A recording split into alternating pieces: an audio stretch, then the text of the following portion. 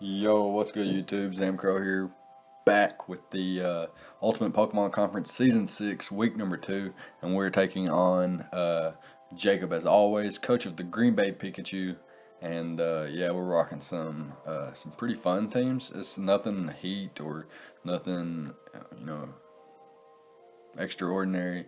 But yeah, we're rocking a fun team this week. We got a Focus Sash Infernape. Oh, let's talk about our teams first. So I got Infernape, Hydreigon, Clefable, Bronzong, Superior, Zapdos, Donphan, Snorlax, Pukamaku, Mega Baynet, and Vivillon. And my opponent has Mew, Dragonite, Mega Diancie, Dugtrio, Amoonguss, Magnezone, Cloyster, Alola Marowak, Kamala, Scrafty, Masquerain, where our Z-move users are Infernape, Hydreigon, and his are Mew and Dragonite. So yeah, definitely not the not the best matchup. Facing off against a Mew and a Z Dragonite, Mega Diancie, and then he's got the Amoonguss and Dugtrio. Lots of trapping with the Dugtrio and the Magnezone. And potentially Scrafty. Um, so yeah, very solid team. Lots of solid synergy, but I noticed he was a little bit ground weak. Um, but I did not choose to take advantage of that with like Donphan or actually I think Donphan's my only ground type. But yeah, I'm actually going to bypass bringing that. But I do bring earth cover or ground coverage on Infernape and potentially some other mons. We'll talk about that in a minute. But yeah, our first mon I wanted to bring was an Iron Fist, Focus Sash, Swords Dance, Fire Punch, Mach Punch, Earthquake, Lead Infernape. So this is my lead, and the reason being is because Earthquake into Mach Punch should knock out the Mega Diancie if he brings the spread I expect him to bring. I don't see him bringing too much bulk on the Mega Diancie in this match. So Earthquake into Mach Punch with the Iron Fist ability 100% knocks out a Mega Diancie with the investment that I believe he'll bring. Earthquake also hits Alola Marowak for better damage than Fire Punch does, and it bops the Magnezone, which my other two moves do too. But Earthquake, it's basically a guaranteed knockout unless I suspect the Shuka Berry, which I don't. If he brings the Magnezone, I'm going to expect like a Magnet Rise variant. It can trap Bronzong and defeat it. It can Magnet Rise up on Donphan and whatnot. So that would be the set I would expect him to bring. Instead of a Shuka Berry variant, maybe like Magnet Rise with leftovers. That would be pretty cool. And I also cannot hit the Dragonite. After a Swords Dance, Fire Punch is doing decent amounts of damage to a defensive Mew, and it's gonna force it to be at around half. If he decides to take the hit and then kill me, or whatever he may decide. I can set up on Scrafty pretty comfortably, unless I suspect it to be something like an offensive variant with Dragon Dance or something like that. Cloyster doesn't appreciate Fire Punch into Mach Punch. Dugtrio, it doesn't appreciate Iron Fist boosted Mach Punches. Amoonguss doesn't like Fire Punch, obviously. And really, that's just about it. I guess the Masquerain doesn't like Fire Punch, and Kamala doesn't like Mach Punch either. But it's not. I mean, it's not going to do that much. Mach Punch is a low base power move, but really high priority. So that's the reason we're bringing it. And yeah, it seems just to be a solid lead to get the dance started. Basically, like just come out, start firing. Infernape hits on all cylinders, and then we can play the rest of the game. Basically, Infernape is a suicide bomber here. He sees the kamikaze, goes in, wrecks shit up, and then it's the rest of my 5 versus whatever he has left after Infernape's done, basically. And yeah, Infernape is this is guaranteed 100% my lead no matter what he brings. However, if he brings a Choice Scarf Mew with Zen Headbutt and gets a flinch, and 2-hit KOs me, I would be very sad.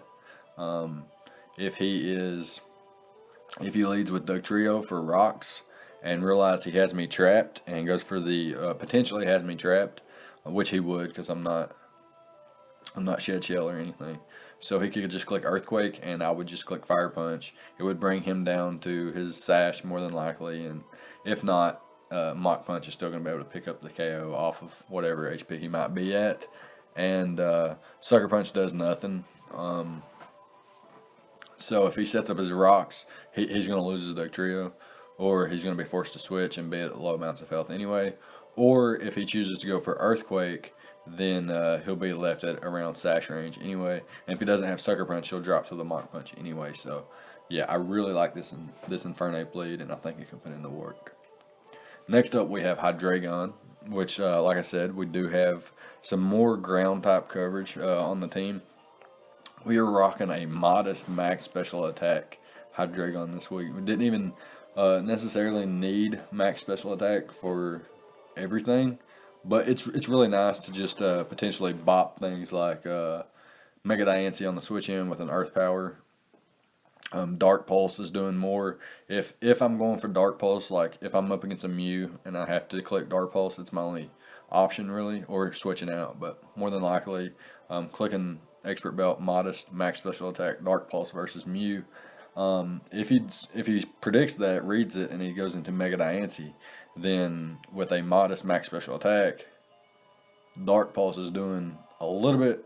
It's putting him in better range for the rest of my mons, and potentially puts him in range of switching in on an Earth Power and fainting. But yeah, I could have went with a lot less special attack investment and a lot more bulk, but things like Mega Diancie, Dragonite, they're dropping me anyway. Mew has the potential to run 4 times super effective moves against me. I wasn't like, things like Amoonguss aren't doing much with their offensive prowess anyway. Perhaps the only reason to run more bulk over special attack investment is to be a reliable switch into Alolan Marowak, like over and over and over repetitively, without Roost. However, if I did have Roost over Earth Power, potentially be different. I could potentially run more bulk, but I settled on this set and I'm pretty content with it. I think my boy Renegade here can put in the work. It bops the Mew with Dark Pulse, bops the Dragonite with Dragon Pulse, bops the Mega Diancie with Earth Power, bops Amoonguss and the trio with Dark Pulse, Dragon Pulse. Magnezone drops to Earth Power. Alolan Marowak drops to Dark Pulse. Cloyster can take a hit but doesn't appreciate it. Kamala can take a hit but don't appreciate it. Scrafty walls me, like an Assault Vest Scrafty walls me. But like a setup Scrafty isn't going to be a problem because I do have Taunt. Masquerain, I can taunt it. That's if you look at my team here, that's actually one way that I don't lead Infernape, is if he brings the Masquerain, because I'm pretty sure that thing gets sticky webs and I don't want him to set him up. So I prefer to taunt that thing before it could do that. I'm just going to double check something real quick on Masquerain. And yeah, in the meantime, I can talk about the rest of his team. Actually, Masquerain's his last one. Okay, so yeah, basically we can move on to the next mon. It's Clefable, which is a Magic Guard leftover set with Calm Mind, Moonblast, Flamethrower, and Soft Boiled. Max defense actually allows me to be pretty bulky, and with the Calm Mind added on, this is basically your Calm Mind OU set. Magic Guard prevents me from being whittled by hazards or toxic spikes or anything weird like that. Not that I don't even remember if it's. I just named his team and I don't remember if he actually has a way to set up toxic spikes. But yeah, anyways, This thing is like a potential win condition. It actually is a win condition, depending on what mons he brings and how I can break them down as an entire whole. Because things like Mew could potentially carry taunt, Amoongus, Magnezone are problematic. That's why I packed the flamethrower. But I have to get a lot of chip, uh, you know, to begin with, and Amoongus could actually carry Clear Smog, which could potentially mess everything up. This thing's a solid check to Scrafty. It can take like very offensive Alola Marowaks are going to two-hit KO me regardless. So like trying to take hits from that doesn't really matter. I can take hits from Dragonite all day as long as it doesn't boost up. But he could potentially fear me to bring an unaware set. Also Bronzong, Choice Scarf, Dragonite. Like Choice Scarf, Hydreigon. Choice Dragon Dance, Dragonite just doesn't make sense in this matchup to me. So I don't really expect him to bring it. And I don't think Alola Marowak actually matches up well in this game unless he just wanted a way to break through Bronzong. But I don't think Bronzong is that big of an issue to begin with. Like, it's a solid check to Mega Diancie, but it could potentially be trapped by Magnezone. Heatproof variants could be trapped by Dugtrio. Magnezone can trap both variants. Lots of his Pokemon get coverage for it, and I really like. Alright, There's a way I could see Scrafty coming, so I didn't really see him, finding the hardest ways to be able to break through Bronzong. Speaking of which, that is our boy next. Stealth Rock, Gyro Ball, Earthquake, and Toxic with the leftovers and the Levitate ability. Make sure I can't be trapped by the trio. And he doesn't really have a fire type that I need to run Heatproof for. Yeah, Marowak, but he's a ghost type too, so what's that matter? Right? And yeah, I got the Earthquake, so if he switches in like Magnezone or Alola Marowak, they get bopped. Gyro Ball hits everything else pretty comfortably. Toxic, I'm pretty sure that I'm pretty sure this is a scenario that's going to happen. Either his Mega Diancie is brought in sometime and he's forcing me out into my Bronzong, and then he goes hard into his Mew before he goes hard into Dugtrio or Magnezone. And predicting that Mew, I want to land a Toxic. I want to land the Toxic because I think Mew can be very dangerous. Stat passes are allowed. So like Swords Dance or Rock Polish or Calm Mind, Baton Pass is allowed, which is scary, especially into things like Dragonite, Mega Diancie, Cloyster, Alola Marowak, and Scrafty. Just bunch of scary threats that I just don't want to deal with. So would really like to Toxic things, put them on timers, throw up Stealth Rocks, make sure that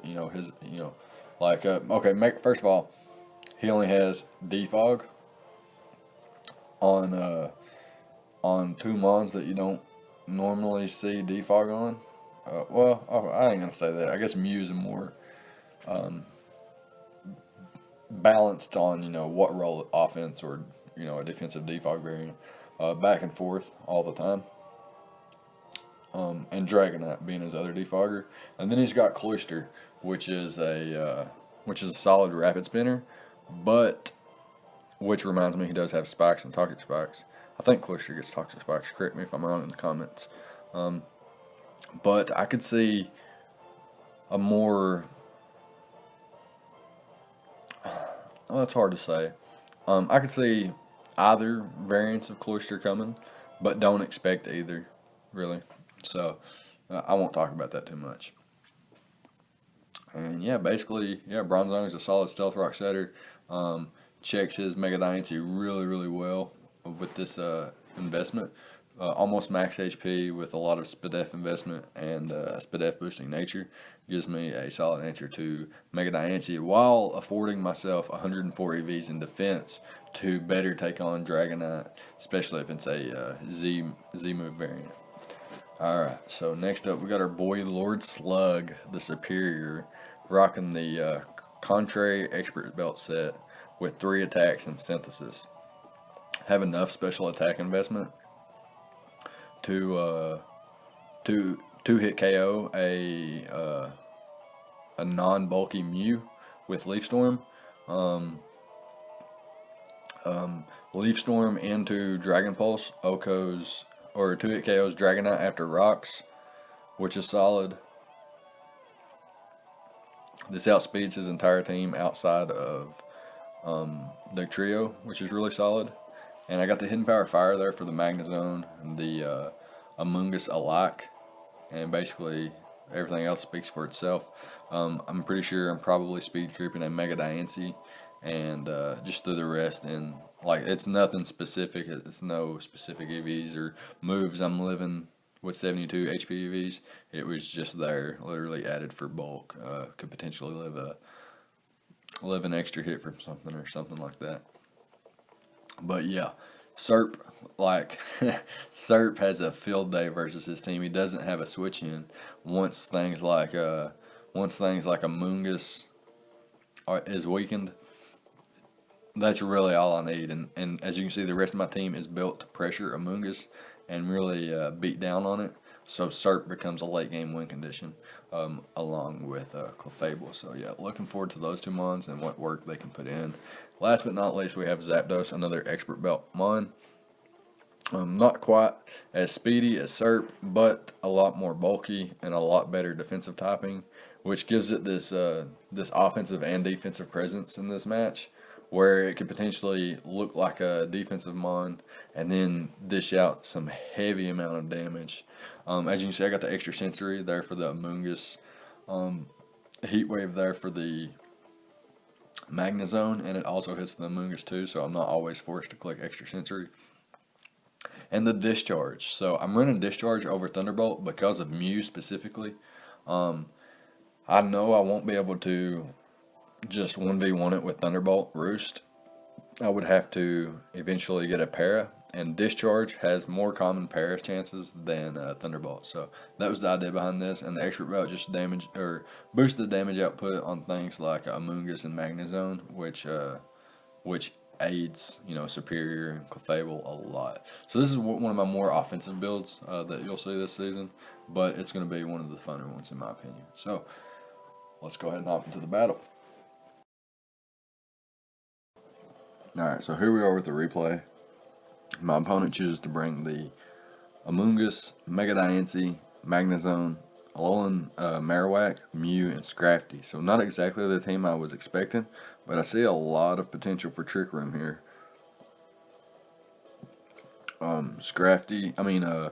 Mew and Mega Diancie both get Trick Room and can both be very, very offensive. And also, Mew can be defensive, and like I said, both could pack Trick Room and set up things like Alolan Marowak and Scrafty to put in the work. Amoonguss could be problematic, but I do have ways around it with Infernape and Bronzong and whatnot. He has the Magnezone, which could potentially get big hits off on things like Clefable and Trapmon, Bronzong, and could potentially be Magnet Rise, like I said, in the team builder. So that's all pretty hype. Got a nice kind of in terms of speed, we have a nice matchup here in my opinion. I think the only unfortunate part is that my things like Clefable and Bronzong here could actually be faster than things like Scrafty and Alolan Marowak. Had I, foreseen, a slower team, I could have crept something like that so that I always outsped as long as Trick Room isn't up. If he is even, a potential Trick Room set. Anyways, like a Alolan Marowak, Magnezone, Scrafty, they could all be max speed and my speed creep wouldn't even matter.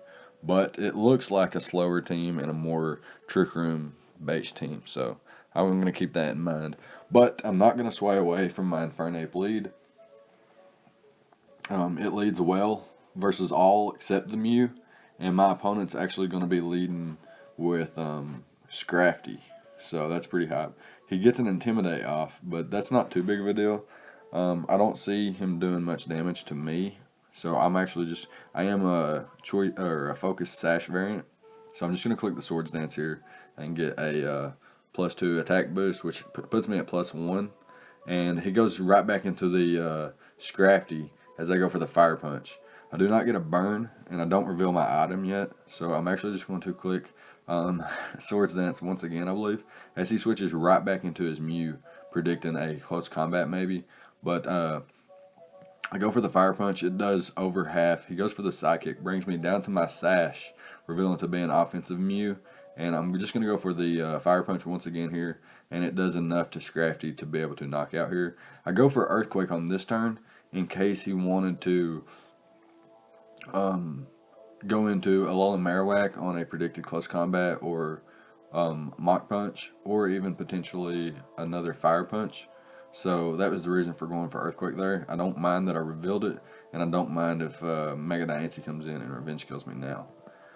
I haven't revealed Mach Punch actually, so I can go for it here and actually do almost half to Mega Diancie, which is pretty hype. And now Infernape's did exactly what I wanted it to do. It come in, it took out the Scrafty, it did over half to Mew, and it did almost half to Mega Diancie. So it's basically did 200% of HP damage, which is really, really nice. Basically like it killed 2 Mons. And now the match begins. Like I mentioned, it could either be, like I said, Infernape would come in, wreak havoc, and then it would be my 5 Mons versus whatever he has after Infernape does what it does. So now the match begins on turn 8. So I get my Stealth Rocks up, and he goes, he's got the Amoonguss in. Goes for the Spore now, and I'm put to sleep. So now he goes into Magnezone, as I actually switch out so I don't get trapped by the Magnezone. And he reveals to be a Leftovers variant. So I'm not real scared of that. I can go for the Earth Power here and knock it out one hit. And it does major damage to the Mega Diancie. I click Taunt here, prevent anything weird from happening, but he actually goes for the Sludge Bomb. I don't mind the crit, but I do mind the poison. Very unfortunate there. I could have went for Earth Power again there, so I'm not sure why he went into Mega Diancie, but he makes a hard read and it works out for him. And I'm actually going to switch out to my Bronzong as he makes another hard read and just gets Stealth Rocks up. So I'm going to throw off an Earthquake here, and he goes into Mew, which makes no sense because had I thrown off a Gyro Ball there, Mew died and was basically, as you're about to see, Mew was his win condition. And he goes for the Roost here and dodges my Toxic. Another unfortunate, a series of things that, bad luck that's going to happen to me in this match. I'm going to miss a Toxic on Mew with a Mon that can't be synchronized Toxic back, meaning it like his ability was basically nullified, and that Toxic miss was very important because later you're gonna see a 1v1 of you'll see. Just remember the Toxic miss on Mew. Anyways, he brings in the Amoonguss again. He can go for the Spore once again. Predicting him to predict me to predict his Spore and go out into something like Serp and potentially Sub-Seed and see if he has poison coverage. He's going to predict, me to go out to my Grass type on a Spore, but I'm going to predict that, and I'm going to click the Earthquake here. It's my best move to hit this with, so I'm just going to click it, and it does nothing, but it's better than nothing. It does a little bit, which is better than nothing. So yeah, he finally puts me to sleep, realizing I'm not going to switch out because I don't mind if this thing's actually asleep. And he hard switches into his Mew here, so I'm feeling something cheeky, but I'm going into my Zapdos as well. So here's where this Toxic Miss really would have mattered. He would have been,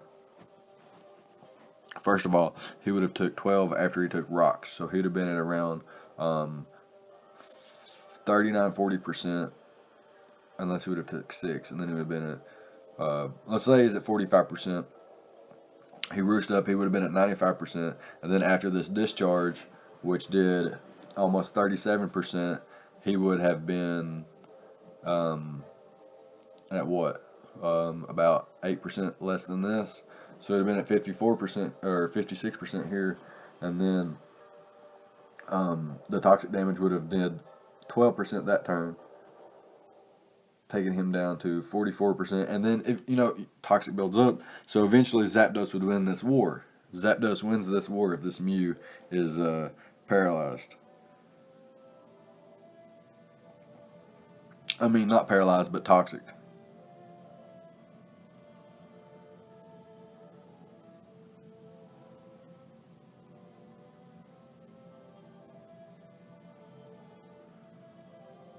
So Mew is actually able to get his HP back up to health, full health, and then brings his Mew back in after going out into his Magnezone or Amoonguss or whatever the hell he went out to. I got distracted there for a minute by some in real life stuff, but I'm back with my commentary now, so forgive me for that. And as you see here, he's able to roost off the damage. I know I'm running discharge and I'm not getting a para, but if he was toxic, I wouldn't have a chance to paralyze him, and he's actually going to get a Spadef drop.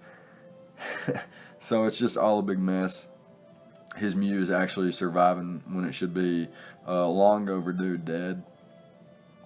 I'm going to go into Clefable here, throw off a Calm Mind, because this puts me in a better position than any other move I could go for. However, you're going to see something which is really, really interesting.